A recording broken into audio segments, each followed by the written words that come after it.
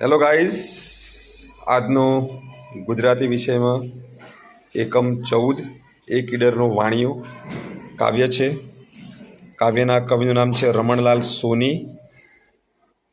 મારા વર્ગના વિદ્યાર્થીઓને કાવ્યની ગાન કરાવ્યું છે, કાવ્યની સમજૂતી પણ આપી છે. બાળકો પૂરેપૂરું સમજી ગયા છે. આ કાવ્ય દ્વારા આપણામાં આત્મવિશ્વાસ વધે, આપણામાં હિંમત આવે એવું આ કાવ્ય છે. સોશિયલ મીડિયાના માધ્યમથી પણ કાવ્ય નંબર 14 એક ઈડરનો વાણિયો સમજાવ્યું છે. બાળકો એમની ભાષામાં, એમના અવાજમાં, એમના લયમાં કાવ્યનું ગાન કરશે.